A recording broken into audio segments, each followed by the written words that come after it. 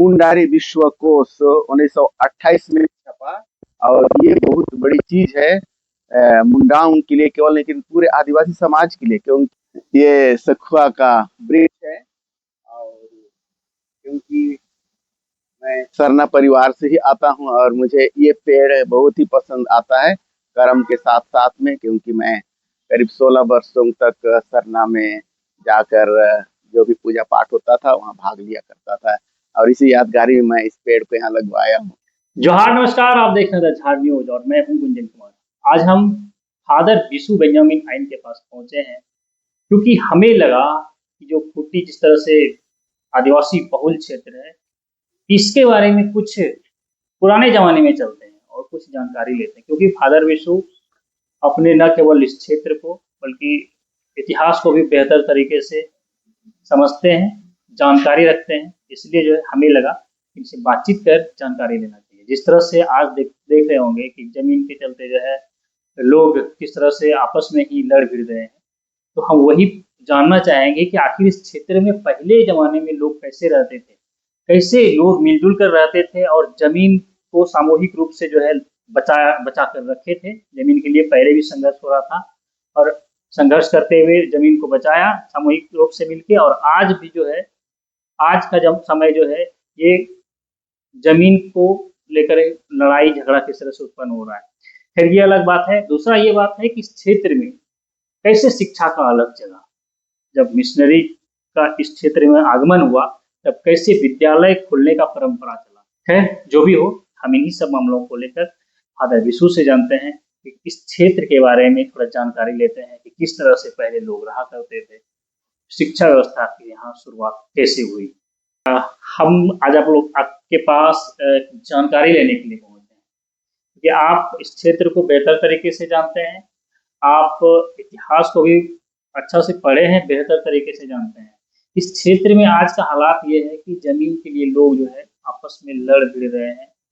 तो हमको सबसे पहले जमीन के बारे में जानना है कि पहले लोग कैसे रहते थे। धन्यवाद गुंजन सर।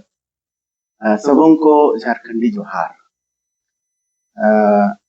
ये जो वार्तालाप हमारे साथ करने के लिए आए गुंजन सर, मैं धन्यवाद देते हुए मैं आप लोगों से इस इंटरव्यू के बारे में ये कहना चाहूँगा कि मैं किसी को नीचे दिखाने या किसी को ऊपर उठाने के लिए नहीं, लेकिन इस सच्चाई को कुछ विचार करने के लिए ही आपको आमंत्रित करना चाहता हूँ।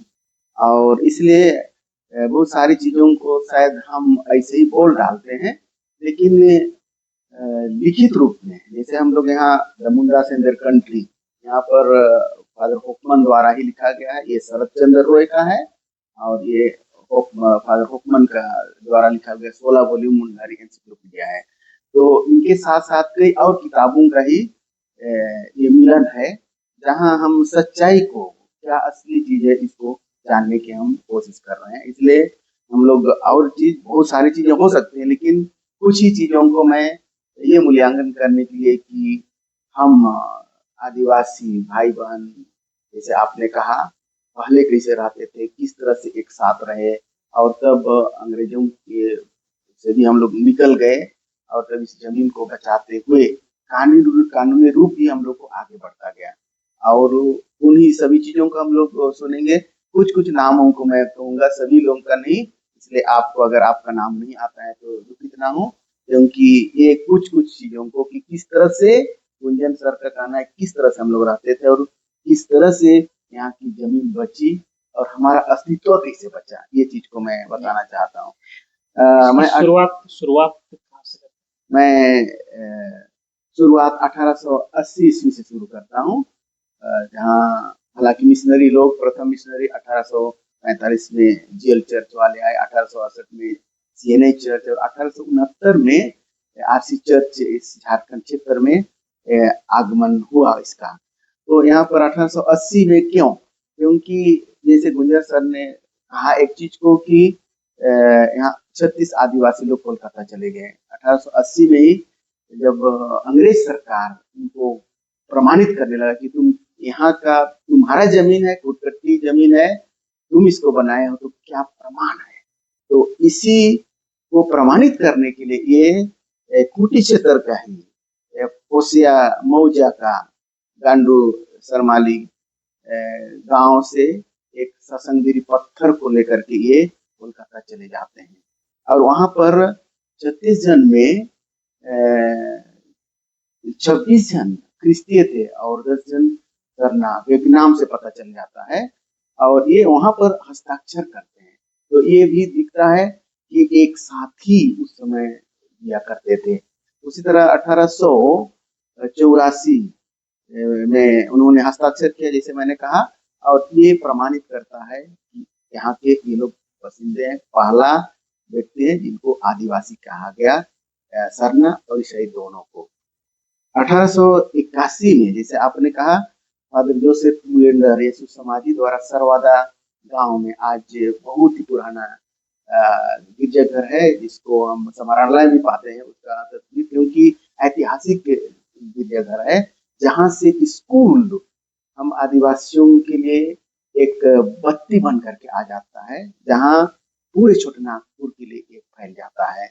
और आज भी हम जो भी हम लोग देखेंगे सेंट जोसेफ कॉलेज या तो संत मिखाइल स्कूल या कुछ भी पाएंगे हम लोग, सेंट जोसेफ स्कूल या संताना उर्सुलाइन या तो अन्य सभी हमारे सेंट पॉल या अन्य, तो ये सभी यही से शुरू होता है और इसी के बदौलत ही आज हम पूरे भारत में जो भी हमारा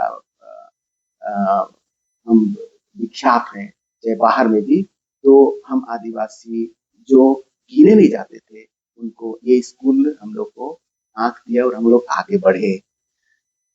हम देख सकते हैं कि 1885 में और एक विशेष व्यक्ति आ जाता है फादर जोसेफ मुलेंडर के बाद में, वो है फादर कॉन्स्टेंट लीवंस जो तोरपा में पहुंचते हैं 1885 में। बेल्जियम के थे और फादर मुलेंडर भी बेल्जियम के थे और यहाँ 1885 में आकर 7 बरस के अंदर में दरोगा के साथ ही रहते, तोरपा का दरोगा थाना में ही रहा करते थे और दरोगा हिंदू थे और उन्होंने बताया कि आदिवासियों को बचाने और उनका जीवन को सही करने के लिए क्या करना है, क्योंकि ये दिक्वोंग से उस समय हम लोग जानते हैं उनके द्वारा शोषण या तो बैठबेगारी का काम तो करवाते थे लेकिन पैसा कभी नहीं मिलता था, उसी तरह जमीन इनका हड़प लिया गया था। तो ये फादर कॉन्स्टेंट लीवंस जो कोर्ट जाकर के इनका जमीन को वापस करना शुरू किया और ये स्वाभाविक है कि लोग उसको जैसे गुमला क्षेत्र में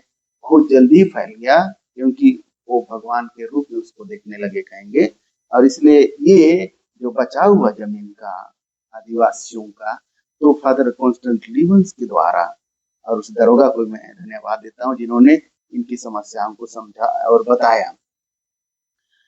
1893 में फादर जॉन बैप्टिस्ट होफमन जर्मनी से आते हैं, ये यीशु समाजी हैं और जर्मनी से आते हैं, जर्मन फादर जो बनगांव पहुंचते हैं और बनगांव के बाद उसको सरवादा भेज दिया जाता है जहां उसका सभी तरह के पढ़ाई का या सभी तरह के कामों का सामाजिक धार्मिक राजनीतिक सब तरह के चीजों को वहां से काम करते हैं। और लेकिन उसी समय 1895 में बिरसा मुंडा का, हम लोग भगवान बिरसा मुंडा का उलगुलान को जानते हैं और ये लगातार ये अंग्रेजों के विरुद्ध में काम करते रहे और लेकिन मुख्य उद्देश्य उसका यही था ये जमीन को बचाना। और ऐसी हालत में उसका दिमाग को सोचने से बहुत ही ईश्वर से प्रेरित थे, भगवान से प्रेरित होकर व्यक्ति था। एक रात में कुटी, तमाड़, बसिया और रांची चारों थाना में वो अटैक करता है, आक्रमण करता है। साथ साथ लेकिन इसको हम लोग को नहीं भूलना चाहिए कि वो मुझको ऐसे लग जाता है क्योंकि अंग्रेजों का चमड़ा गोरा था, फादर होफमन का भी गोरा चमड़ा था, जो भी मिशनरी थे उन दिनों में सबके गोरा, वो अंग्रेजी समझ गए मुझको ऐसे लगता है, जिसके चलते सरवादा मुरु बुर्जू जैसे गिरजाघरों में भी वो आक्रमण करवाया। तो इसका अर्थ ये नहीं कि उन पर, मुझको ऐसे लगता है, नहीं तो फादर होफमन को जैसे तीर चलाया गया कहा जाता है, अवश्य उसके लिए था गोरा चमड़ा मैंने सब अंग्रेजी है ना? मतलब जो है वो कंफ्यूज हो गए, कंफ्यूज, हाँ भ्रम में थे लोग। लेकिन क्यों इसको बोल रहा हूँ, बाद में हम लोग इसको देखेंगे CNT एक्ट के तहत में कि किस तरह फादर होफमन वहां से हटता नहीं है। तो कारण कुछ था, और कारण ये भी कहा जाता है कि उनका प्रोविंशियल जब कलकत्ता बुलाया तो बोला कि हम हमारे यहाँ जिए हम सर्वधर्म ही रह जाएंगे। उसका मतलब वो समझता था कि गलती से, भले उसके साथ जिया होगा, गलती से ये काम हुआ, लेकिन असली बात तो थी कि फादर होफमैन को प्यार हो गया था आदिवासियों और उसके जमीन को और उनके अस्तित्व को कैसे बचाएं, ये विशेष है कहेंगे। लेकिन हम लोग केवल कुछ अलग ढंग का जो चीज हम लोग को बांटता है उसको हम लोग ज्यादा ध्यान देते हैं। इसलिए मैं आग्रह करूंगा कि हम इन गहरे चीजों को ध्यान दें। जैसे ये एनसाइक्लोपीडिया बना है, चाहे तो सीएनटी एक्ट बना है, तो इस पर देख सकते हैं कि फादर होफमैन समझता था कि किसी को, जिन जो लोगों से मिसअंडरस्टैंडिंग गलत भावना आई थी, लेकिन वो कभी हटाने को सच्चाई पर चला। 1900 का 9 जून को इस उलगुलान में थाना पर आक्रमण करने के चलते उसको पकड़ लिए गए, और 9 जून 1900 में वो शहीद हो जाते हैं रांची जेल में। और इसके बाद में एक वीरान समय लगता है। और ऐसी परिस्थिति में क्या होता है इसको मैं बताना चाहूंगा कि हमारे शहीद भगवान बिरसा मुंडा तो नहीं रहे। ऐसी परिस्थिति में अंग्रेजों के लिए कौन सहायता करेगा इस जमीन के लिए, क्योंकि वो जानना चाहते थे।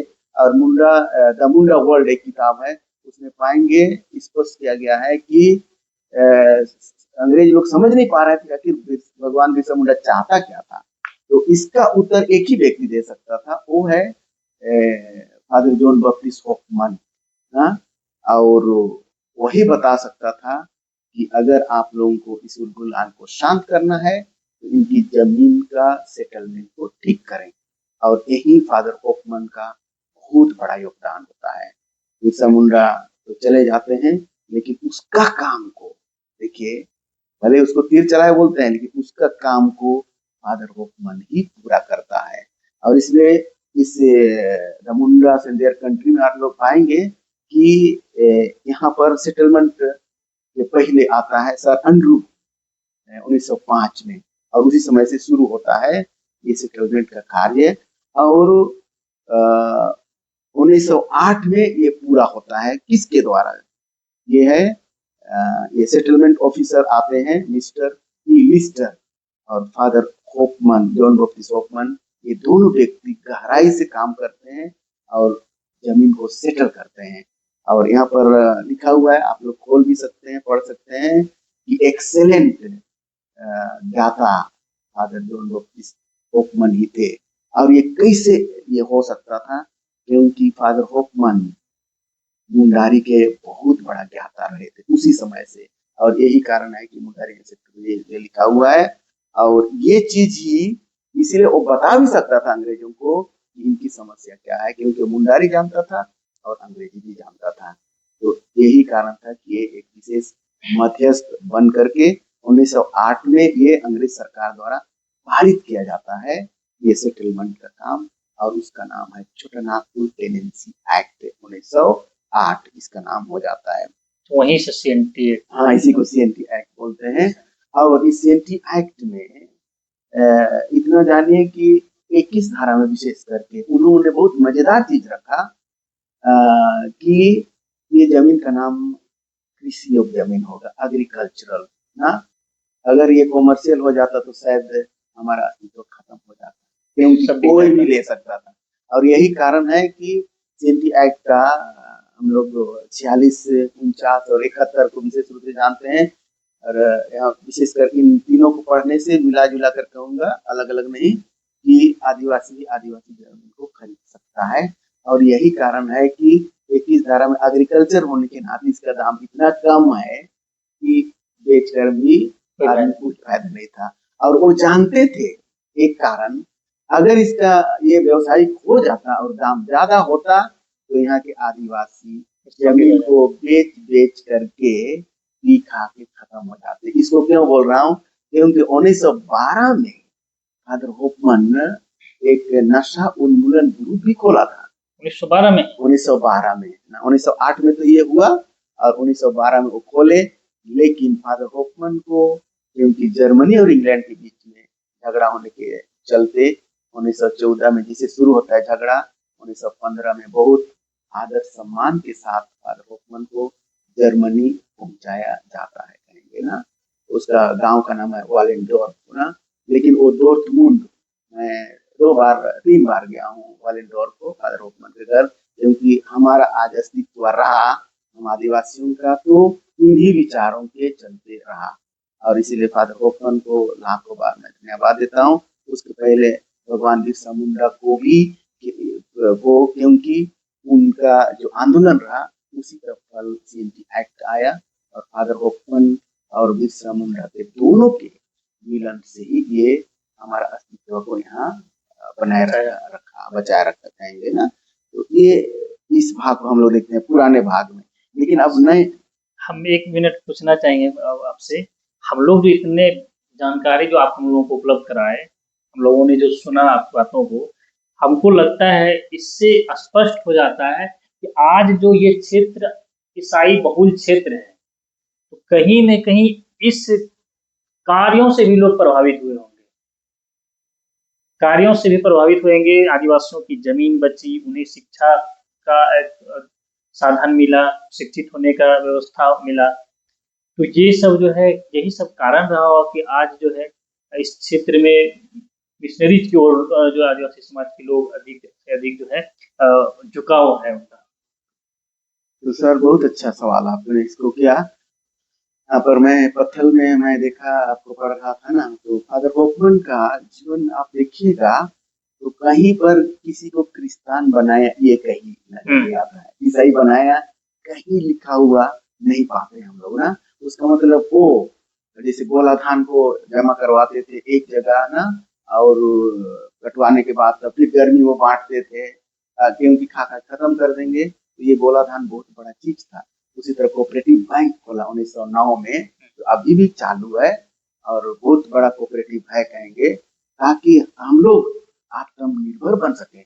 और इस तरह का किताब जो लिखे इंसाइक्लोपीडिया मुंडारी का, हमको लगता है यहाँ नागपुर में किसी का नहीं है, या भारत देश में भी शायद किसी का इंसाइक्लोपीडिया नहीं पाएंगे ना। लेकिन फादर होफमैन एक सचमुच सुपर इंटेलिजेंट मैन था, जिसके चलते ये सब कर सके। और समझ सकते हैं कि ये हमारे लिए सब कुछ है, धर्म, समाज, राजनीति, सब कुछ है इसमें। ये काम शायद हमारे बीच में कोई नहीं कर पाएगा, लेकिन उन्होंने किया। और इसलिए आपका जो कहना है कि सामाजिक, आर्थिक आर्थिक को बहुत जोर दिया, लेकिन इसमें इसके चलते कोऑपरेटिव भी खोले, और इसका फल आज भी हम लोग देख रहे हैं।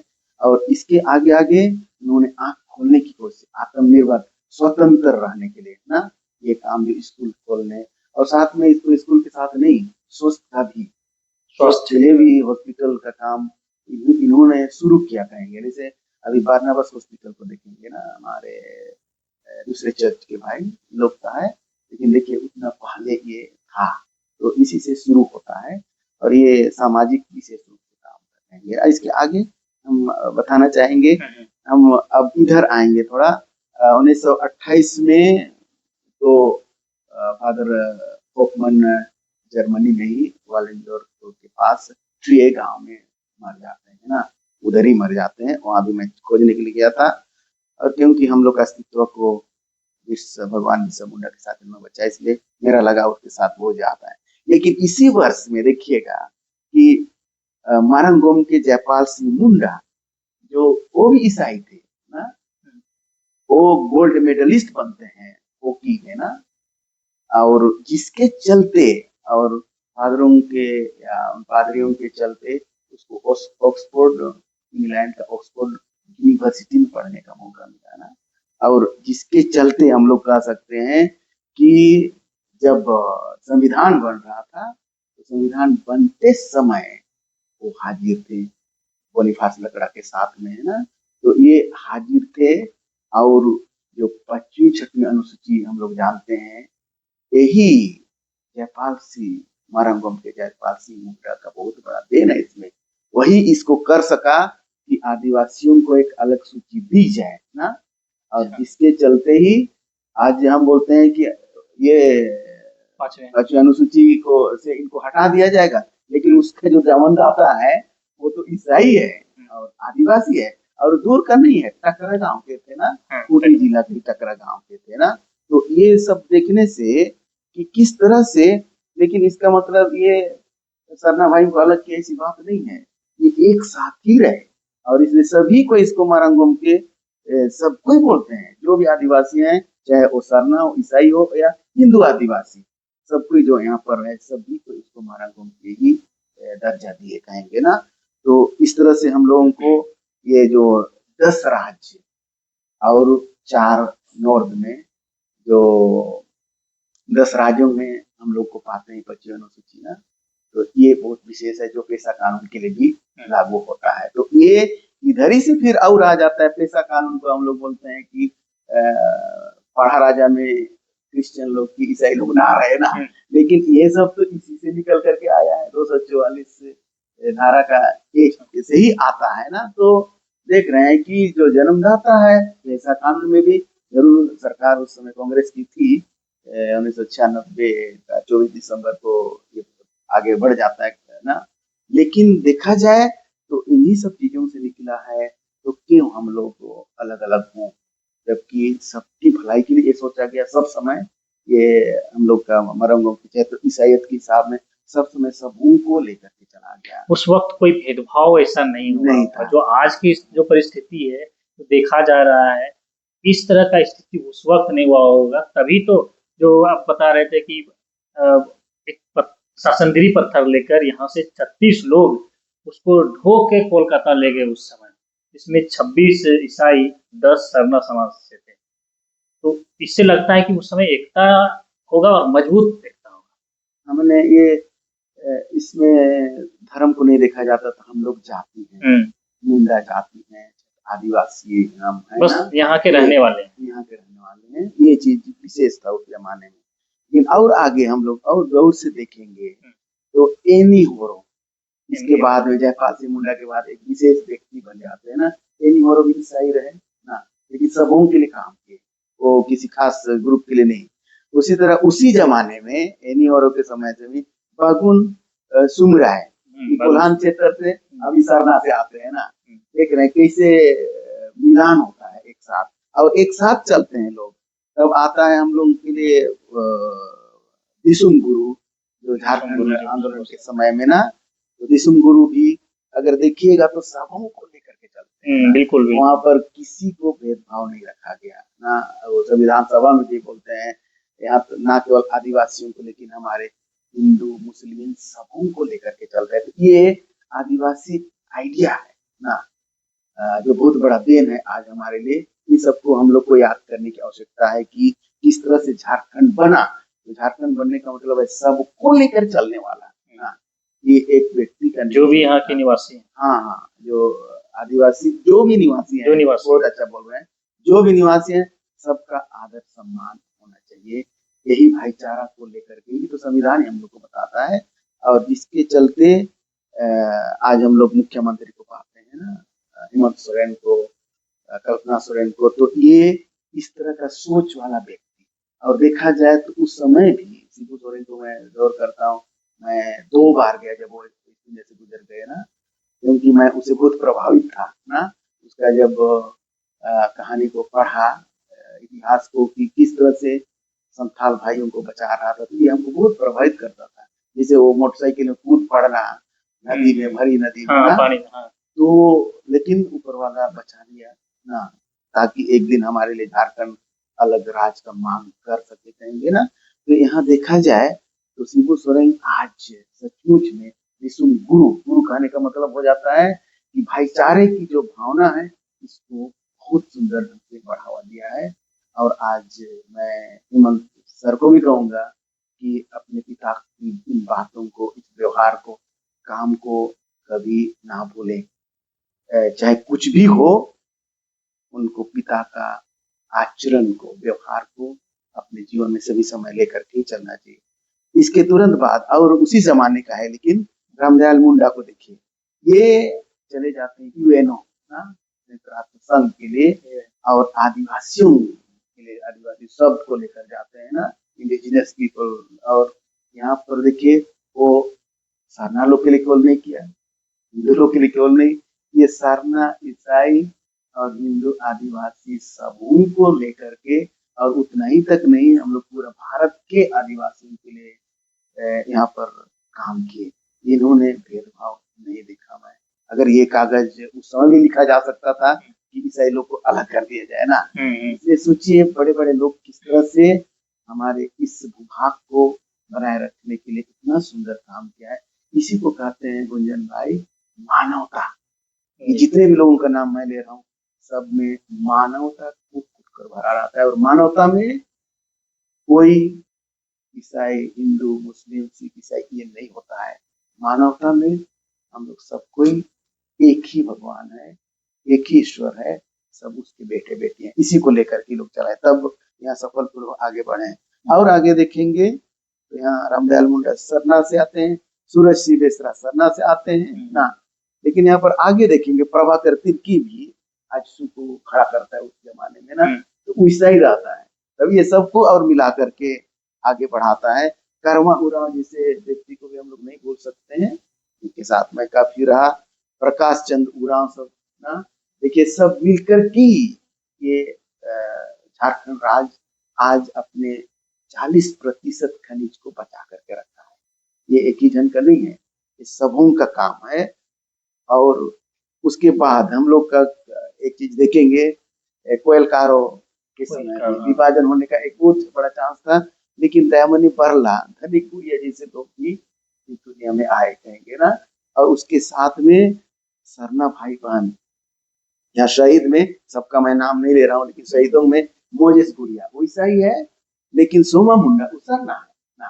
तो यहाँ दोनों ही शहीद हो रहे हैं ना धरती को बचाने के लिए। उसका मतलब हम लोग का खून में ही बना हुआ है कि हम सब कुछ समझते हैं कि हम लोग एक ही वंशज के आदमी हैं। उसको अलग नहीं किया जा सकता है धर्म से, लेकिन एक ही बाप के बेटे बेटी हैं।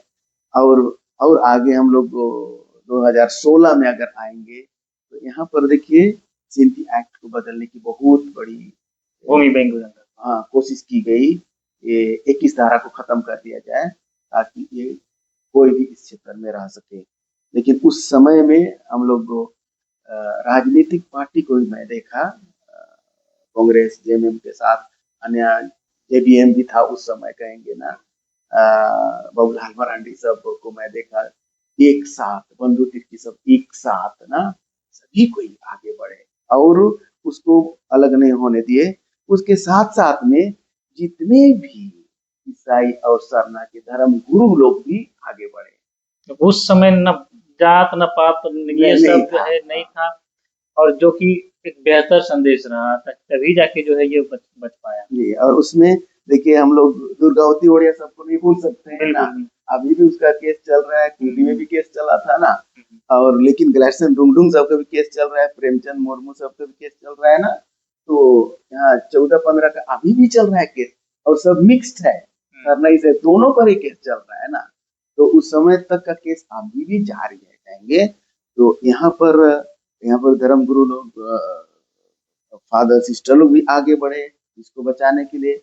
अभी तो केवल ईसाइयों के लिए नहीं ना है, वो सबके लिए है, क्योंकि दोनों ही मिल करके एकजुट होकर के अपना भाईचारा या भाई भाई का चिन्ह को दिखाया।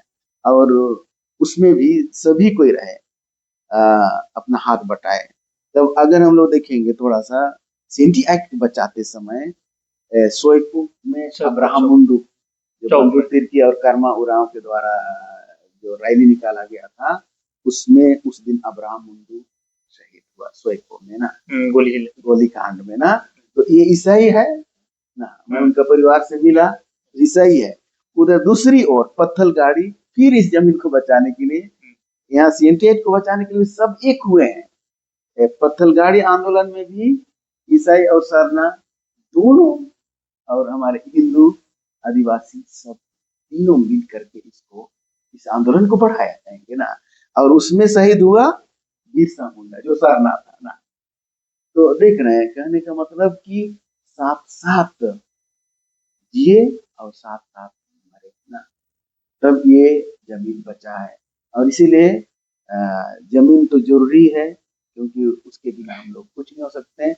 और यहाँ के आदिवासियों के लिए जमीन बहुत महत्वपूर्ण है, जिसके चलते वो लोग तो जान दे देंगे लेकिन जमीन को नहीं छोड़ते हैं। और यही कारण है कि हम लोग का अस्तित्व आज तक बना है। इसलिए मैं कहूँगा कि सभी सभी को मैं कहूँगा, लड़ाई झगड़ा से हमारी समस्या का समाधान नहीं होगा, लेकिन हम लोग वार्तालाप के साथ बैठ करके ना, कौन किस चीज में है, हम धर्म को आधार ना माने, हमारा जाति को, और जिस तरह हमारे पुरखे एक वंशज के थे तो हमारे पुरखों को ना भूले। क्योंकि धर्म के लिए मैं जहाँ तक सोचता हूँ, धार्मिक स्वतंत्रता अगर भारतीय संविधान देता है तो किसी भी धर्म में कोई भी जा सकता है ना, क्योंकि वो आंतरिक चीज है, आध्यात्मिक चीज है।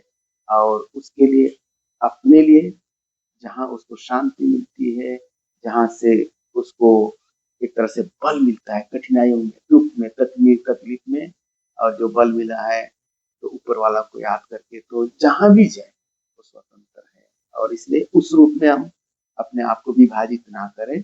मैं सभी आदिवासी भाई बहन, इसलिए मैं कहूँगा सरना, ईसाई और हिंदू आदिवासी जो भी यहाँ पहला रहे, आपसे मैं आग्रह करता हूँ, हम सभी एक बने रहें और किसी को नीचा ना देखें, किसी को ऊपर ना दिखाएं। हम लोग सब कोई भाई भाई एक साथ आगे बढ़े, यही हम लोगों का जीवन को और अस्तित्व को सभी समय बरकरार रख सकता है। और जहाँ तक हमारा जमीन, जल जंगल जमीन की बात आती है, हमारे लिए, हमारे पुरखों को, हम कहीं भी रह सकते थे लेकिन इस स्थान में ले आया। उसका मतलब है कि भगवान ईश्वर हम सबों को सुरक्षित रखना चाहा। पहले इसमें लगता था ये जंगल झाड़ है, लेकिन आज सबको महसूस होता है कि 40% का जाना इसी में है। इसलिए ये भी स्वाभाविक है कि जो लोग इसको रक्षा कर रहे हैं उनसे हम पैसा ले रहे हैं, ये भी आता है। लेकिन उसकी चिंता ना करें, हम एक साथ रहेंगे तो ये हमारा ही रहेगा। और मैं शुभकामना देता हूँ, हम ऐसी कठिन परिस्थिति में जहाँ विभिन्न तरह के विचार आते हैं, यूट्यूब में आते हैं, जहाँ आधार भी नहीं है और ना छोड़ कुछ भी नहीं रहता है, तो बेआधार चीजों पर विश्वास ना करते हुए हम लोग पढ़ाई भी करें, क्योंकि पढ़ करके हम इतिहास को सही रूप में जान सकते हैं और सही रूप में लिख भी सकते हैं। और हमारा वह इतिहास अगर बने तो जो सच्चाई का काम किए हैं वही केवल बन सकता है। इतिहास सभी समय के लिए बना रहेगा अगर हम उसको सच्चाई और भाईचारा और एकता के साथ जिएंगे तब। मैं सबों को झारखंडी जोहार के साथ में शुभकामना देता हूँ। आपको बहुत बहुत धन्यवाद।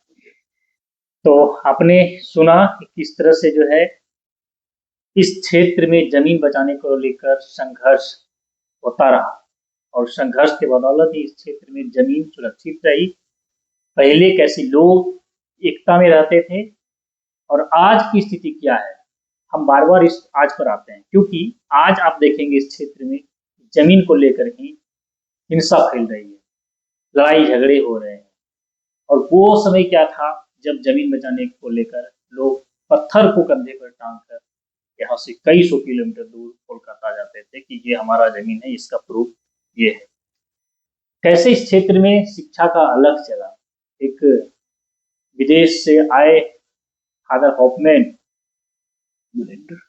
और इनके अलावे और भी फादर्स, हम साफ तौर पर अगर कहें तो मिशनरी समाज के लोग जब यहाँ पहुंचे, तब यहाँ की स्थिति जब उन्होंने देखा, यहाँ शिक्षा की किस तरह से घोर कमी है, गरीबी है, जमीन बचाने की चुनौती है, तब यहाँ के लोगों के साथ मिलकर यहाँ के लोगों के लिए उन्होंने काम किया।